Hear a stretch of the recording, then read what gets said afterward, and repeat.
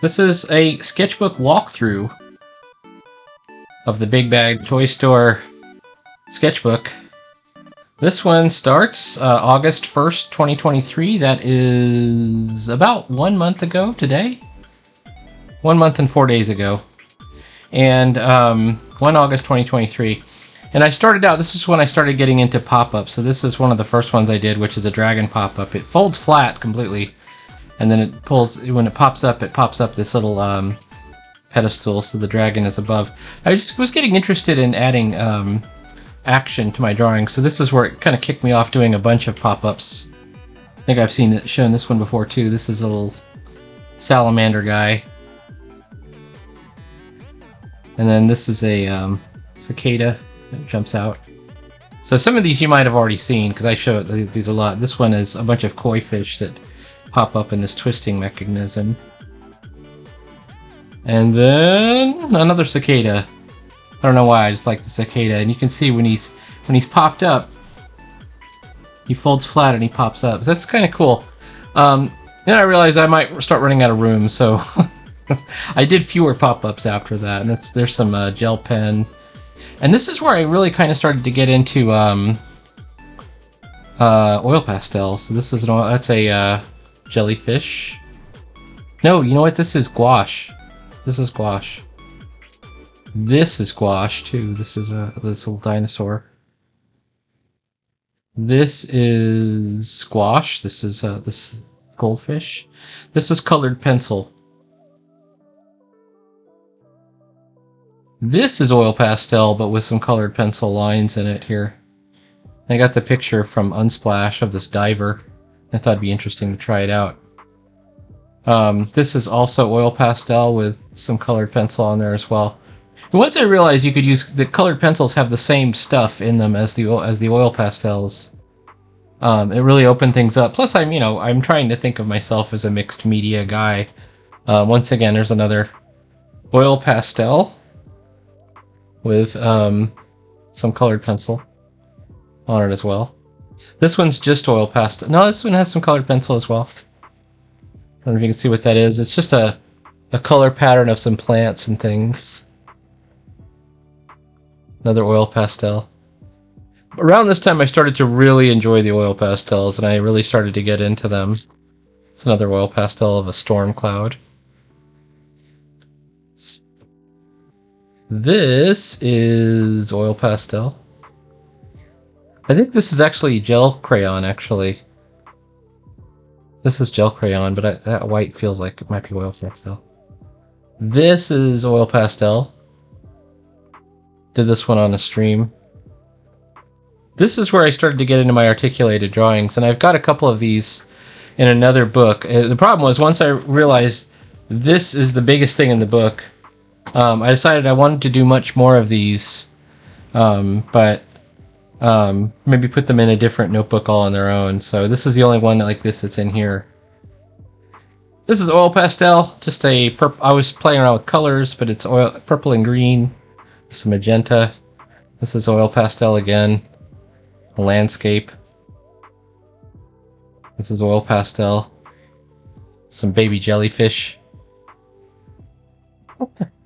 This is gel crayon with some ink on front of it, and you can, if you can do a wash, you can throw something black in front of it, and it almost always looks pretty good. This is a pretty good example. This is oil pastel as well. I really like this color combo of the greens and the blues with the purple down below. This is oil pastel as well. This is completely oil pastel. Actually, no, I take it back. This one has some colored pencil in it, but it's just a cherry blossom pattern. That I saw the colors and I wanted to try something with the colors, and I had gotten some some fluorescent pink oil pastels, so I wanted to try the magenta one to see how it looked. And you can see I tried it again here. I don't know if you can see that. So this one is oil pastel but with some colored pencil, and it's got kind of a glow of the fluorescent in there. This is just gel crayon. These are King Arts gel crayons. This cat would come back later to haunt me. I had an idea for something else with it. This is also... Nope, this is oil pastel, actually, because I got the scratches in here. It might have some gel crayon in it. This is all gel crayon, I remember for sure, because I remember I was so surprised how dry he dried, and if you've ever messed with oil pastel, it always feels just a bit tacky sometimes, and gel crayon does not, so that's one advantage gel crayon does have, and the white pen went over it really well. These are a couple of art cards that I did with oil pastel, and they're done on watercolor paper, so it picked up a lot of the nice texture from the paper, which I kind of like. Whoops. I don't know if you can see that.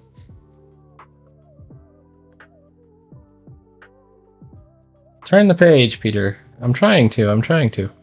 Okay. This is a poorly done oil pastel. I did this one, and I didn't like it very much. I'm like, oh, well, okay. So I'm learning how to do these, to do the sgraffito where you're scratching into the design. This is oil pastel. This is just oil pastel. And I'm learning a lot more about color. This is oil pastel. This is just oil pastel.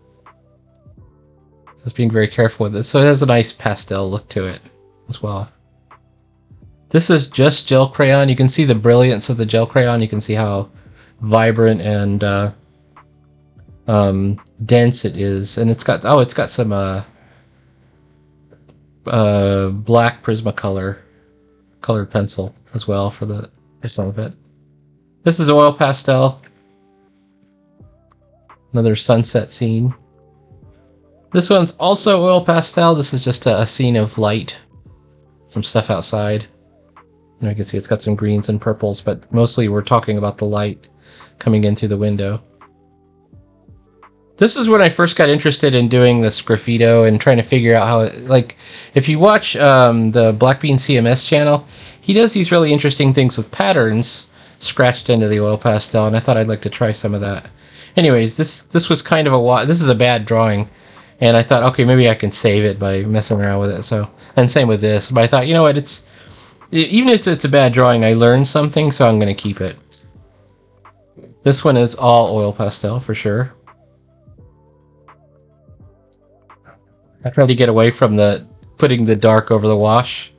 And this one is just the dark over the wash. It's that same old technique. I've got, I don't know if you can see this. This is fluorescent yellow for some of the stars. I just love putting a pop of color in. Sometimes you surprise yourself, right? Same deal here. This is another, I started doing some matting with some art paper that I found. And another one that I did over here. And this is oil pastel. I was just trying to see how much I could preserve the white, because one of the things that happens when you do a lot of oil pastels, you can kind of see it on my thumb here, is you get dirty. Your fingers get dirty and you stain what you're working on. So I was trying to preserve as much white as I could. This is some art paper I did, but this is an oil pastel card, and I got these really cool corner cutter. This is a corner cutter, and it cuts the corners off of cards. And I thought, okay, that's interesting, the way it's making the card look. So I did a couple of these.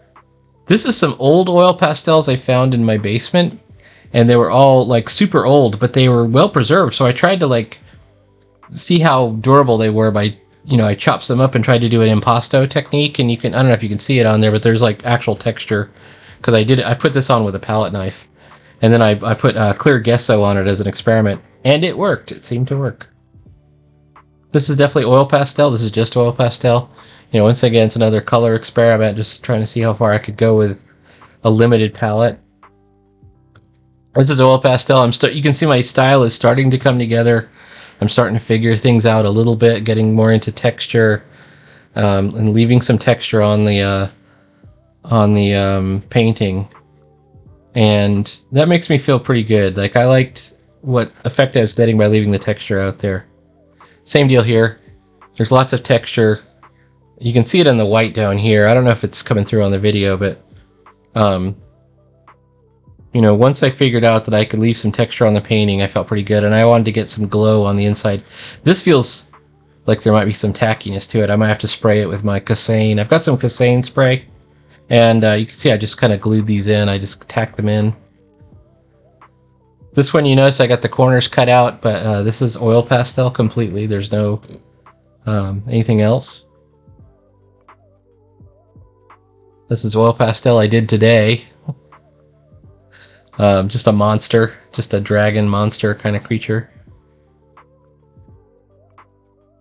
There's some mushrooms. Mushrooms are a recurrent.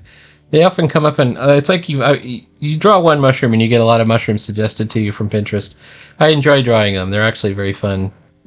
It gives me a chance to try out new colors and things. And what I liked best about this was the background. This is a character from Chrono Trigger that I drew with oil pastel. I wanted to get more into doing characters. And so there's, you know, some texture to her face and chin that shows, you know, light and stuff like that. So it's pretty good. Ooh, uh-oh, it's sticking a little bit. This is the actual last page. And I just did this one just now. So he's likely to be a little bit wet. That's probably why he stuck to the other page here. And this guy is just completely oil pastel. It's just off of a toy I saw on Pinterest. And once again, I like the background. I like that we did like a little shadow box background. And that is the whole book of the Big Bad Toy Store book. Please like, follow, subscribe. There will be more walkthroughs, more sketchbook tours, more comics every day. I'm starting to get into pixel art, which you can't put in a sketchbook. I'm trying to teach myself about color. That's one of the motivations for getting into the pixels. And also the reason I got into gouache and got into oil pastel is, you know, you got to learn color at some point, and I've never learned it. I've always been a pencil and ink guy, and by ink I mean black ink. All right, like, follow, and subscribe, and I will see you later.